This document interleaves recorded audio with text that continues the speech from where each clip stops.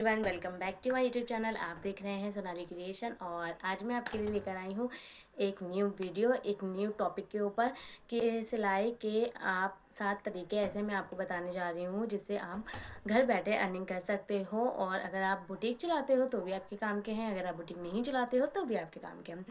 बहुत सारी लेडीज़ें ऐसी होती हैं जिनको टिप्स चाहिए रहती हैं कि अगर हमें सिलाई आती है आपको तो बहुत ही अच्छी बात है, देखिए।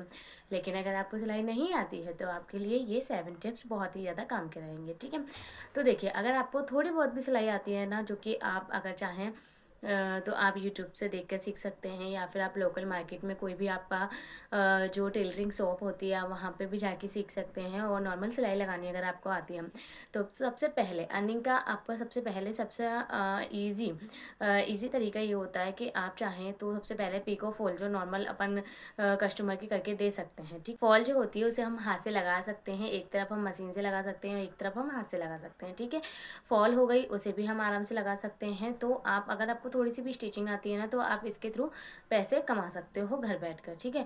बहुत सारी लेडीज़ें ऐसी होती हैं जिन्हें ड्रेस स्टिच करनी नहीं आती है, तो आप अपने एरिया की जितनी भी लेडीज़ें हैं आप उससे कांटेक्ट कर सकती हो। आप अपनी कॉलोनी में बता सकती हो कि मैं पिको और फॉल करती हूँ, तो काफ़ी सारी लेडीज़ें पिको और फॉल के लिए साड़ियाँ आपको देकर चली जाएंगी। क्योंकि क्या होता है ना, मार्केट में कोई कोई लोग क्या होता है सिर्फ ब्लाउज ही स्टिच करते हैं, साड़ी में पिको और फॉल नहीं करते हैं।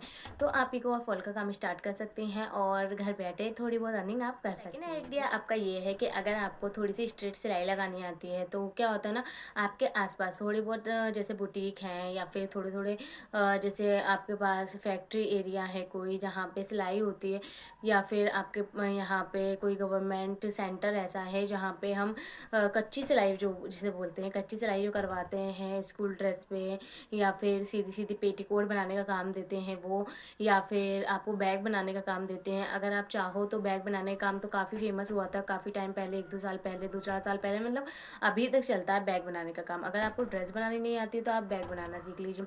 बैग बनाना भी ऐसा है कि आप चाहो तो यूट्यूब पे देख के सीख सकते हो, या फिर अगर आपके लोकल एरिया में कोई सिखाता हो तो आप एक बार बनाना सीख लीजिए। आप उससे कई तरीके के छोटे बड़े पर्स या फिर बड़े वाले कैरी बैग, आप काफ़ी सारे बैग बना सकते हो। आप ट्रैवल बैग भी बना सकते हो, उससे फॉर्म लगाकर सिंपल स्टिच करना होता है। उसमें चैन कुंदे फैब्रिक जो बैग बनाने वाले बंदे होते हैं ना वो ही दे देते हैं, ठीक है। तो आपको सिर्फ स्टिचिंग स्टिचिंग करनी होती है। और अगर आपको फैब्रिक और चैन वगैरह मटेरियल भी अगर आपको मार्केट से लेकर आना है तो लोकल मार्केट से आपको काफ़ी सस्ते मिल जाएंगे वो।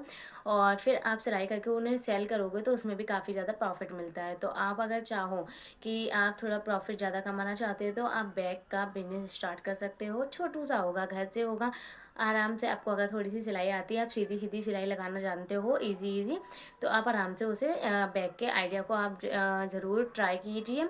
तो बैग बनाने का काम आप शुरू कर सकते हैं और आज भी ये काम चलता है, ऐसा नहीं है कि ऑनलाइन इतनी सारी चीज़ें सेल हो रही हैं। आप चाहें तो ऑफलाइन भी उसे सेल कर सकते हैं, आप चाहो तो ऑनलाइन भी उसे सेल कर सकते हो। आपके हाथ में अगर क्रिएटिविटी है तो आप उसे आगे बढ़ा सकते हो, ठीक है। तो तीसरा आइडिया हमारा ये है कि अगर जैसे बहुत सारी वुमेन ऐसी होती हैं जिनको टेलरिंग का काम तो आता है लेकिन उनके पास कस्टमर नहीं है, या फिर कस्टमर कम आते, सिलाई के कस्टमर कम आते हैं, तो उसके लिए मैं आपको एक टिप्स देना चाहती हूँ कि देखिए, अगर जो सभी लोग देते हैं ज़्यादातर अगर मार्केट में जो रेट चल रही है उससे आप अपने 10-20 रुपये कम ही लीजिए। अगर आप 10-20 रुपये कम लेंगे तो कस्टमर आपकी तरफ अट्रैक्ट होंगे कि यहाँ पे सिलाई की रेट बहुत ज़्यादा कम है। और हाँ, भले 20 रुपये भी कम रखेंगे ना तो उन्हें बहुत ज़्यादा ही कम लगेंगे, क्योंकि लेडीज़ क्या होती हैं, 10-20 रुपये भी हम कम कर लेते हैं ना तो खुश हो जाती हैं, और एक्स्ट्रा काम करके दे देते हैं तो भी खुश हो जाती हैं। तो क्या होता है ना, जब मेरे पास भी काम कम आता था तो मैं क्या करती थी, कम पैसों में सूट सिल के देती थी। ये समझ लो 100 रुपीज़ में सूट सिल के दे देती थी मैम, ठीक है।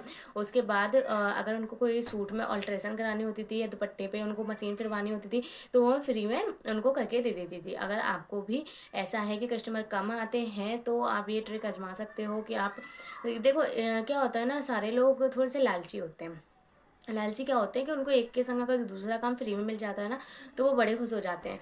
तो आपको क्या करना है कि अगर आपकी कॉलोनी की लेडीज़ें हैं या फिर मोहल्ले की औरतें हैं या फिर जहाँ भी आप मल्टी में रहते हो, वहाँ का आपको काम लेना है, सूट लेने हैं, ब्लाउजेस लेने हैं और कम रेट में उनको सिल के देना है। सिलाई में आप अपने में फिनिशिंग रखिए, आपका काम अच्छा होगा तो कस्टमर लौटकर आपके पास ज़रूर आएगा, ये मेरी गारंटी है आपके पास। मेरे साथ भी ऐसा ही हुआ था, जब मैं यहाँ भोपाल में शिफ्ट हुई हुई थी तब मेरे पास बहुत ज़्यादा कम सिलाई थी, लेकिन मैंने थोड़ा सा ये ट्रिक आजमाई, ये 2-3 तरीके आजमाए तो मेरे पास बहुत ज़्यादा सिलाई आती है हम कि मुझे काफ़ी बार मुझे मना करना पड़ता है, इतना ऐसा भी हो जाता है, ठीक है।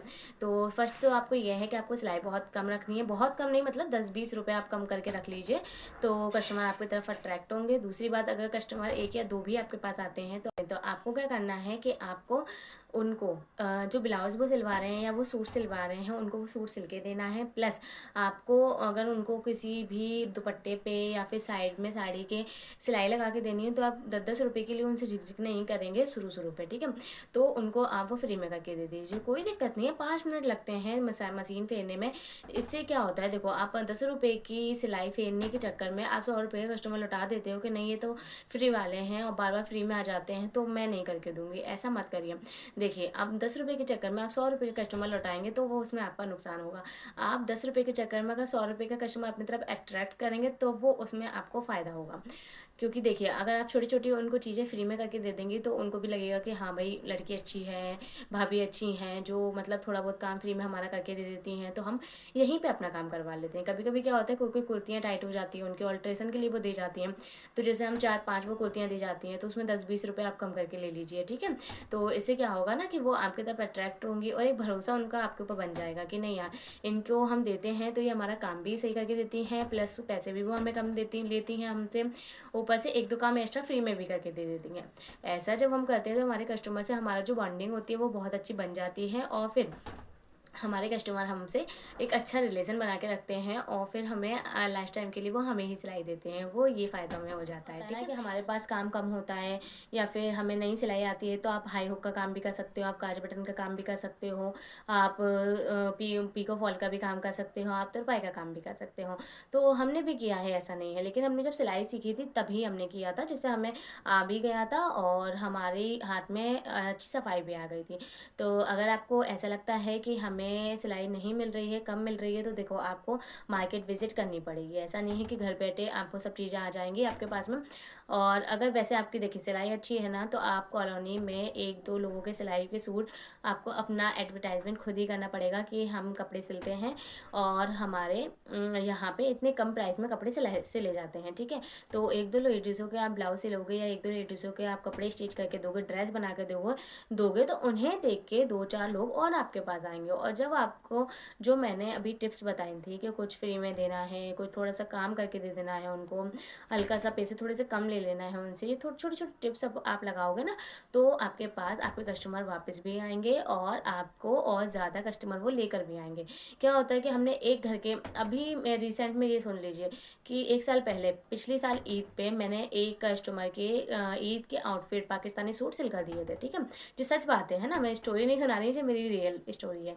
मैंने उनके कपड़े सिल के दिए थे, पाकिस्तानी सूट सिल कर दिए थे, ठीक है। तो उनको वो सूट इतने अच्छे लगे थे कि उनकी मम्मी, उनकी भाभी, उनकी बहनें, सारे मतलब उनके घर वालों के कपड़े सारे मेरे पास ही आते हैं। जैसे समझ लो, चाहे पाकिस्तानी सूट हो, चाहे नॉर्मल सूट हो, चाहे पटियाला हो, चाहे गरारे हो, जो भी उनके आउटफिट होते हैं, यहाँ तक कि शादी के भी, फंक्शन के भी जो भी आउटफिट उनके होते हैं वो सारे मेरे पास आते हैं। ये समझ लीजिए, मतलब ये समझ लीजिए कि एक जो पर्टिकुलर लड़की ने और लेडीज़ ने अपना सूट सिलवाया, उनको इतना पसंद आया कि उन्होंने अपने घर वालों से भी कहा, उन्होंने पूछा कि आपने कहाँ से सिलवाया, उन्होंने रिकमेंड किया कि हाँ इनके हमने इन भाभी से सिलवाया, इन्होंने बहुत अच्छे से सिल कर दिया है। तो उनकी मम्मी ने भी बोला हमारे भी सिलवा दो, उनकी भाभी ने भी बोला हमारी भी सिलवा दो, उनकी बहनों ने भी बोला, मतलब उनके पूरे परिवार के कपड़े मेरे पास आते हैं। हालांकि वो परिवार भी ऐसा नहीं है कि बहुत ज़्यादा पास पास में बसा हुआ है, बहुत दूर दूर है, कोई सिटी में रहता है, कोई करौद पे रहता है, कोई लांबा खेड़ा हमारे एरिया में रहता है, लेकिन फिर भी उनके घर वालों के कपड़े आ जाते हैं। क्यों आ जाते हैं? क्योंकि जब किसी की सिलाई हमें अच्छी लगती है ना, तो चाहे थोड़ा दूर भी होता है ना, तो हम जाने के लिए हिचकिचाते नहीं हैं कि नहीं हमें सिलाई अच्छी लग रही है और जो आउटफिट का कुछ हमें बनाना है, तो फिर वो ये जो बंदी या बंदा बना रहा है ना, वो हम फिर उसको देने आ जाते हैं, ठीक। एक आइडिया ये भी है कि हमारे लोकल एरिया में एक जगह पर लोअर सिलने का भी काम होता है, ठीक है। तो लोअर वो कैसे सिलते हैं कि जो मटेरियल होता है वो एक जेंट्स आकर देते हैं और जो लड़कियां होती हैं, जो लेडीज़ें होती हैं घर की, वो सिलाई मशीन पर बैठकर लोअर सिलती हैं। सिर्फ उनको सिलना होता है, बाकी जो भी काम होता है वो सारा मटेरियल जो होता है वो सारा कुछ वो जेंट्स दे के जाते हैं, वो भैया दे के जाते हैं उनको, और वो सारे लोअर सिलने का काम करती हैं। ठीक है, तो 50-50 रुपये में वो लोअर सिलती हैं। अगर दिन के आपने 4 लोअर भी सिलती है तो 200 रुपये की सिलाई आपकी कहीं नहीं गई है। 200 रुपये से भी 6,000 रुपये महीने के आप हर महीने कमा सकते हो, अगर आपको स्टिचिंग अच्छे से नहीं आती है तो भी। और लोअर भी ऐसे नहीं कि बहुत ज़्यादा हाई प्रोफेशन सिलाई में आपको आनी चाहिए आपको तो आप सिल सकते हो, नहीं, आप नॉर्मल सिलाई अगर आपको आती है तो भी आप लोअर सिल सकते हो। ठीक है, तो एक आइडिया तो आपको ये हो गया कि आप लोअर सिलने का काम स्टार्ट कर सकते हो। उसके लिए आपको थोड़ा सा मार्केट में घूमना पड़ेगा। आप चाहें तो आप लोकल मार्केट में घूमिए, बुटीक में पता करिए कि कहीं पे लोअर सिलते होंगे, फैक्ट्री होंगी आजू बाजू तो वहाँ पे पता करिए। और लोकल मार्केट में भी आप जो स्कूल की ड्रेसेस सिलती हैं वहाँ पे पैंट पता कर लीजिए, शर्ट पता कर लीजिए, अगर आपको अच्छी सिलाई आती है तो। मटेरियल वही देते हैं और सिर्फ आपको सिलाई सिलाई करनी होती है, कटिंग करके भी वो देते हैं। अच्छा, हमारे यहाँ पे ऐसा भी होता है भोपाल में, मैं आपको बता रही हूँ, काफ़ी एरिया ऐसे हैं जहाँ पे बुटीक वाले कटिंग करके देते हैं, सिर्फ हमको सिलाई के पैसे देते हैं वो, कि अगर 100 रुपीज़ वो कस्टमर से चार्ज कर रहे हैं या 200 चार्ज कर रहे हैं, जितना भी उनका चार्ज है। ठीक है, अपन को सिर्फ वो उतना देते हैं कि मतलब अपनी सिलाई के अकॉर्डिंग अपन को दे देते हैं, कटिंग वही करते हैं, कपड़ा वही देते हैं, सिर्फ अपन को सिलाई लगानी होती है। अगर आपको अच्छे से सिलाई आती है तो आप वहाँ से सूट ले लीजिए, अगर आपको अच्छे से सिलाई नहीं आती है तो आप पेटीकोट भी ले सकते हैं। आप चाहो तो हाई हुक के लिए बटन, हाई हुक के लिए ले सकते हो, बटन काज करने के लिए ले सकते हो, पिको के लिए ले सकते हो। ठीक है, तो आज की वीडियो में मैंने फर्स्ट से लेकर 7 तक कुछ टिप्स दिए हैं जिनको ऐड करके आप बहुत अच्छे से अर्निंग, घर बैठे अर्निंग कर सकते हो आप। अगर आपको ये वीडियो पसंद आए तो इसे एक लाइक ज़रूर कीजिएगा, मेरे चैनल को सब्सक्राइब कीजिएगा। मिलते हैं नेक्स्ट वीडियो में, बाय बाय।